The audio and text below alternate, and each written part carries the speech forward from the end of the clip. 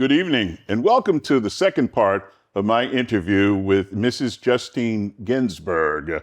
We're going to tell you all about who she is and where she's from, but you have got to see the first part of this interview, part number one, in which we talked about Justine, who she is, how she got to be where she is, and what factors factored into making her who she is today. I like my audience to know that I have people here who bring experiences as wide as the ocean and as deep as the sea.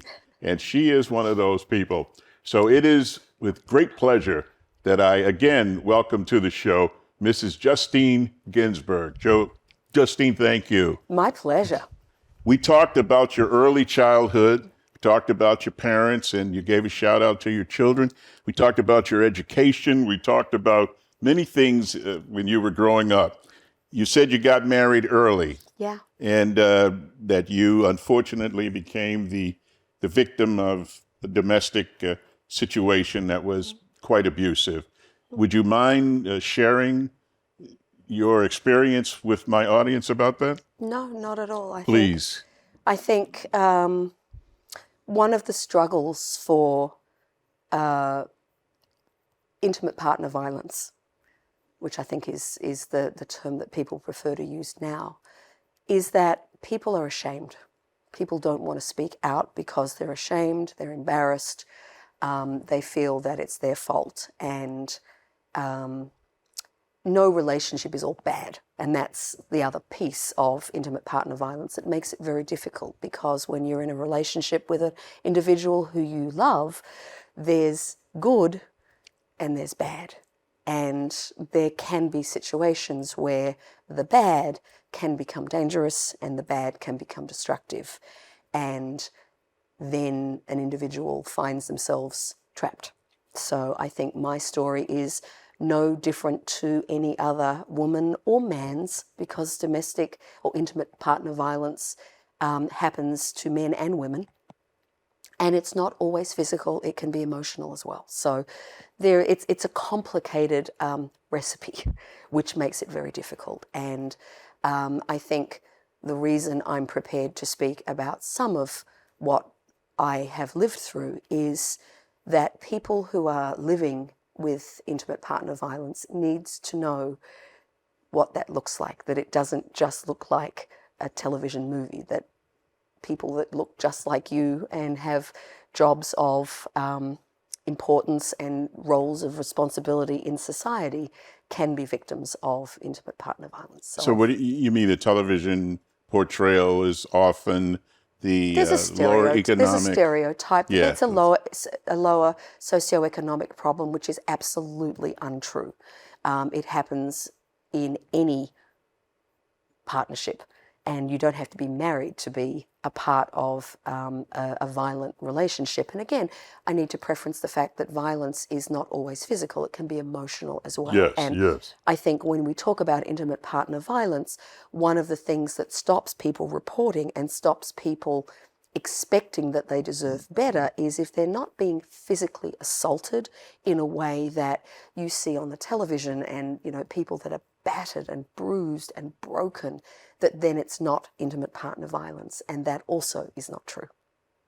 So the stereotype shows an extreme, and people who are living in dangerous and destructive relationships, if their relationship doesn't look like that, then it couldn't be domestic abuse, or it couldn't be intimate partner violence. And I think that that's part of why I'm prepared to talk about parts of that era of my life, because if it can happen to me, it can happen to anybody. And, recognizing that in any relationship, there's always two sides to every story. And it's very important that we phrase that. And, my ex-husband is also the father of my 3 sons, and I always want them to be able to preserve a relationship with him. That's vitally important for them as young men and as men going on into this part of their lives where they'll be fathers. That isn't their relationship necessarily with their father, and nor is that something they need to carry.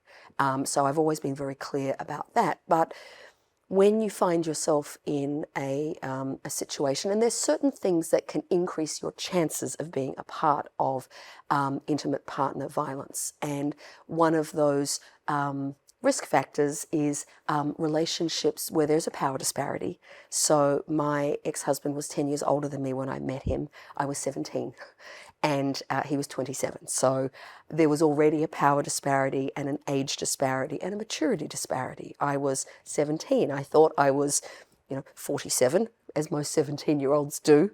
And I think I had grown up reasonably quickly as an only child. So, I had that false sense of maturity. I also came from a home where there was not intimate partner violence, but there was a lot of disruption and a lot of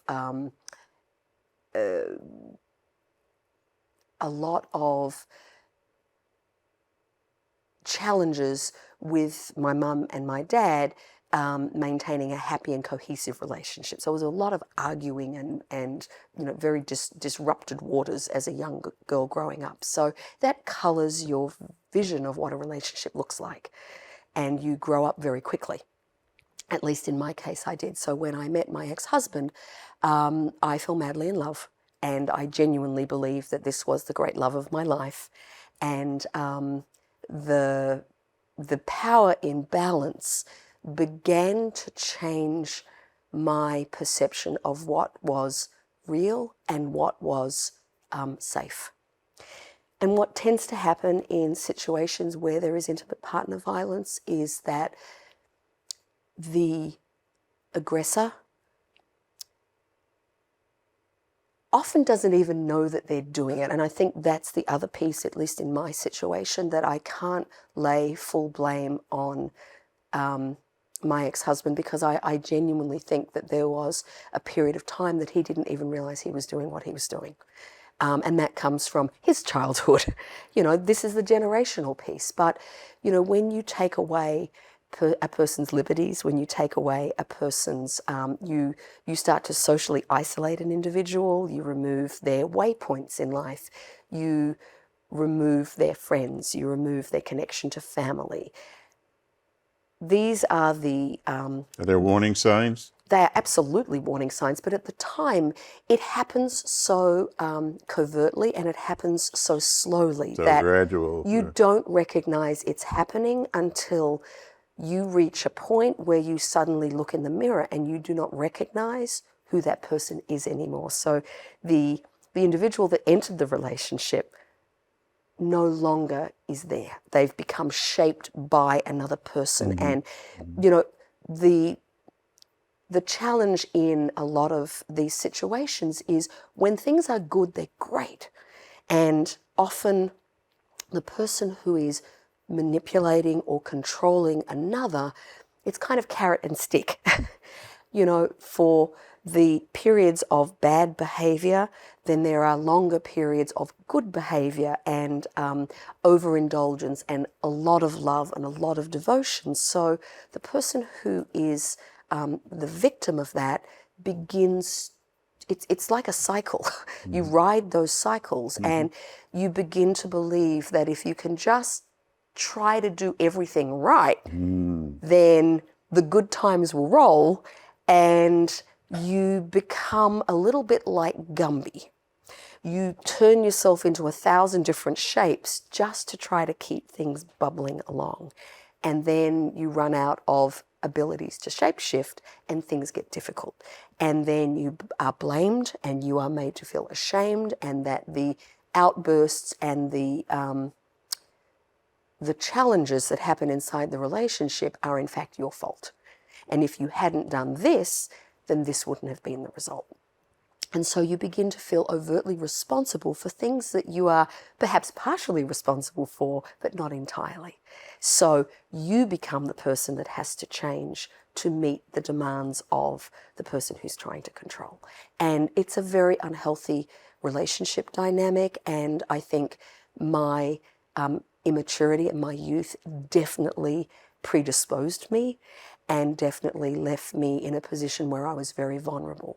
And I got so good at filling in those gaps and being like Gumby that I was 3 children in before I had that moment where I looked in the mirror and said, oh boy, like this is no longer safe and this is no longer okay. And my maturity began to set in. I began to grow, as happens to all of us. You're not the same person at 27 as you were at 17, nor are you at 37 or 67. Yes. And I think I had enough role modeling, particularly from my dad, that helped me to understand that what was happening in my relationship wasn't healthy and wasn't right. And I think the other piece for me that became that turning point was I was very good at covering and protecting for my boys. So I was able to kind of jump in front of the freight train, and they grew up in a reasonably idyllic childhood in the sense that they weren't as affected by that because I would jump in front of that and try to manage those situations. But the older they got, the harder that was to do. It's a lot easier to do with little people than it is with bigger people. And by the time my boys were in their preteens and early teens, it was really becoming impossible for me to be able to be that person, to be able to get in the middle of that. And very unhealthy behaviors and characteristics were beginning to emerge. And my fear was that my sons, the next generation of men, without a counterbalance, would be at risk of perpetrating that in the future. So I think for a lot of people who are the survivors of or are in relationships where there is a power imbalance and there is intimate partner violence and control, it's children that is the piece that keeps you there. It's children, it's guilt, and it's the feeling that if you just try harder, that the good times will continue and the bad times will become less. And that's not always the case. Now, talking about the children, right? What you did, I was going to ask you how you coped. And one of the ways you cope was caring for your kids, protecting your children like mothers do. But you also got to a point where you were looking for an escape, right? And I needed to be able to leave safely. And a situation occurred where I was able to do that. And out of respect for my children and out of respect for my ex-husband and his life story, I won't elaborate on that because that's his story to tell. But there was an opportunity where it was safest for me to leave and to do so in a way that allowed me to be able to continue to protect and raise our sons in a way that hopefully gave them the balance they needed to become the amazing men that they are today.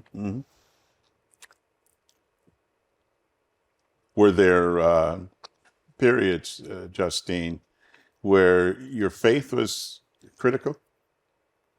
I think so, and I think the belief that you don't have to, the patterns of the past don't have to come into the future. Absolutely. And I think my years nursing and my years working with people and my years working with people from a mental health perspective, you know, it's easy to give support and to give advice, but sometimes it's very hard to take it for yourself. And I think there was that lovely crossroads that happened in my life, and it just happened at the right time for my sons as well, that I was able to leave with them and leave with them in a way that was safe, and that they were able to go through their adolescence, or the majority of their adolescence, with stability and that counter-narrative of how to be a healthy, strong man without dominating and controlling. And their father has a lot of wonderful qualities. Absolutely. they have those qualities, and I'm so proud to think that that is a part of who they are. Yes. But I think I can say with absolute confidence that all three of our sons are strong, kind, gentle, brave men who respect women and very much respect the partners that are in their lives. And I think I can say with confidence that that piece of familial trauma, which is multi-generational. Absolutely. That's what I was going to ask you. On both sides, multi-generational. Yeah, it has to be, yeah. I think I can say that that piece doesn't need to be carried through in this generation. And that was always my focus as their mum. How do I raise good men? How do I raise good men who respect women? Absolutely. And respect themselves. And recognize that relationships, whether it's between two men, two women, a man and a woman, that part shouldn't matter, but respect needs to happen between two people that are choosing to spend their life together. And love isn't about dominance, and love isn't about control.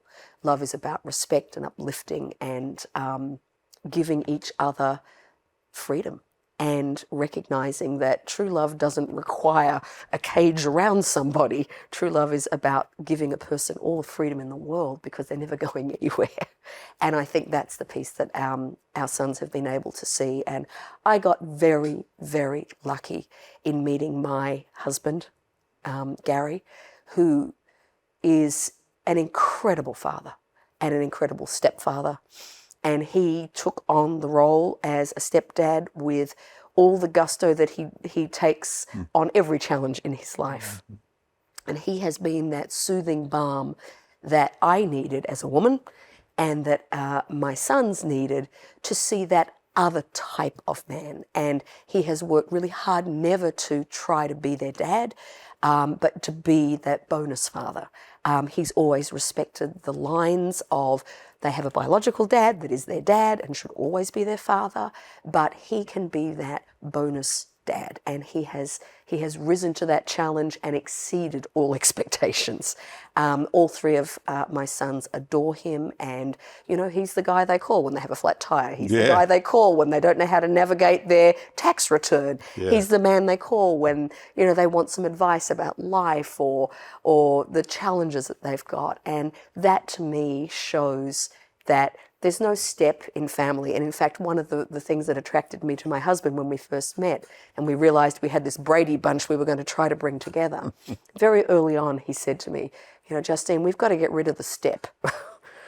There's no step in this family. We're just a family. And, the kids call us what they call us. It's not about titles. It's about we have to respect these children because respect is earned. And that was the complete opposite to what my previous experience had been. Justine, what would you say to people watching this who have just heard your incredible story, but it's not unique? No, not at all. No, it's not unique, not at all. And sadly, it's still very much a part of our society. Yeah. What would you say to men and women listening and watching you right now? I think the biggest message I can give is it can happen to anybody, and it's not about fault, it's not about blame. You haven't done anything to deserve being mistreated either physically or emotionally. You should always feel safe in a relationship. No relationship is perfect, and even the best marriages, people argue. The difference is when a person feels safe, you can argue passionately about something and never feel at risk and threatened. And that's what a good, healthy relationship looks like. And if your relationship is not that, if you are struggling, if you realize when you look in the mirror that you don't recognize that person anymore, there's no shame in asking for help. It's not about blame, and it's not about being labeled, because as much as I consider myself a person who has survived and I've gone on to thrive, that's not the label that walks into the room in front of me. It's just a piece of who I am. Mm-hmm. And I am grateful that I was able to extract myself from that situation safely and extract my children safely, because not everybody has that same experience. And men and women lose their lives and lose their freedom all the time because of intimate partner violence. So there is always help. And don't wait. If you are at risk, start asking for help now so that you can build a safety plan. Was there a network in Australia to help you? Well, when my first marriage finally dissolved, we were actually overseas. We were living in Eastern Europe on a diplomatic mission. All right. And, I had an incredible network of expats who were my surrogate family.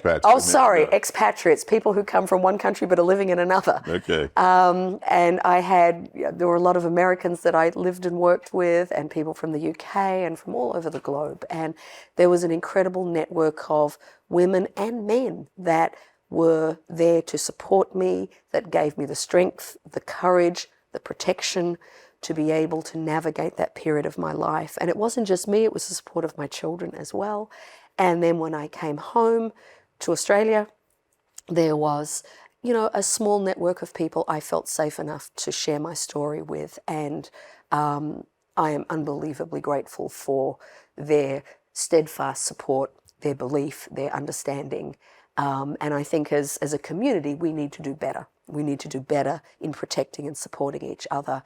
And it's not about fixing it. It's just about being there to support a person, Intimate partner violence versus domestic violence. Mm-hmm. Why the shift in language? Because I think domestic violence suggests that people are married or living in the same home. Okay. Whereas intimate partner violence can happen on a first date. It can happen, with young people who are in high school who are dating. Okay. It's about intimacy. It's about exposing that vulnerable piece of yourself to another. You don't have to be married to somebody to have that happen. And I think intimate partner violence is a much broader term that helps us to recognize that it's not marriage that creates the problem. The problem exists before marriage.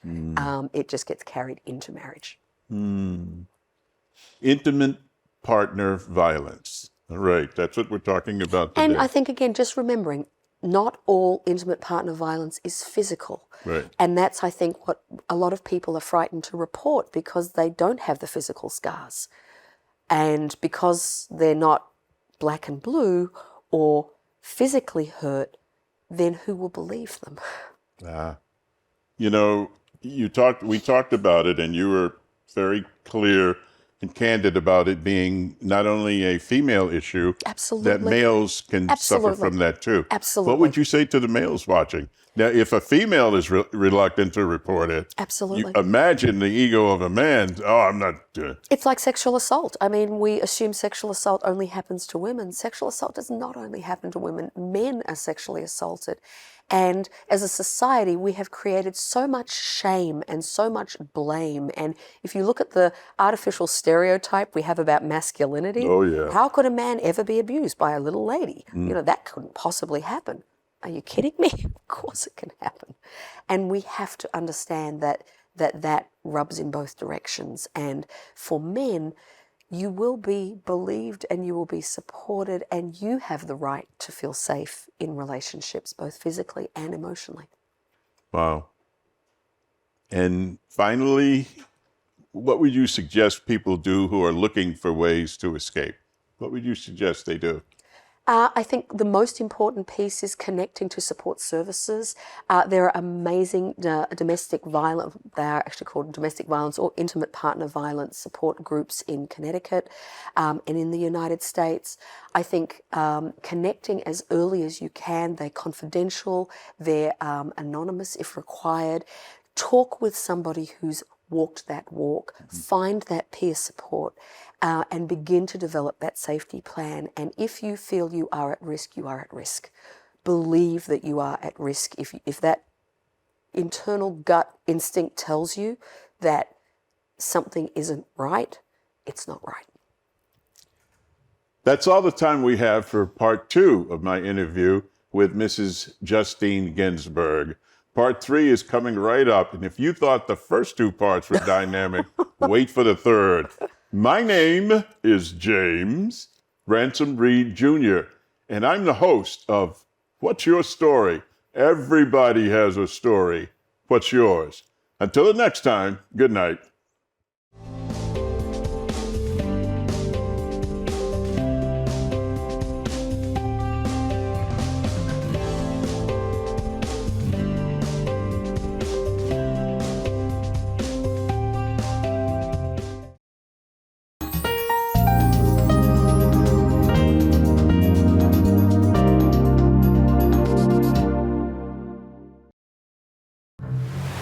The water's warm at Jaws Pond, and we're stocked full of treasures. Big or small, we buy it all. We buy and sell fast rides, power tools, vintage guitars, and so much more. Walk the plank in style with our fine jewelry, diamonds, and watches. Plus, we have a huge selection of the latest video games, including the new PlayStation 5 and Xbox Series X. Jaws Pond, conveniently located on Meriden Waterbury Turnpike in Southington and West Main Street in New Britain.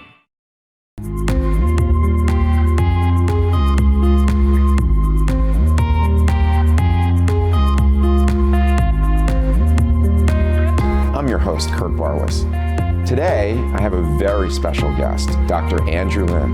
Hello, and welcome to another episode of the Veterans Corner. My name's Chuck Wooden. Decision for ourselves for this week, if we want to be made well. Hi, welcome to the crack of dawn. It's Dawn Lombardi. I'm starting the painting. It's going to be the cliffs with some water. Love it. He took me on the sets of Lost in Space, Batman. Everybody has a story. What's yours? Until next time,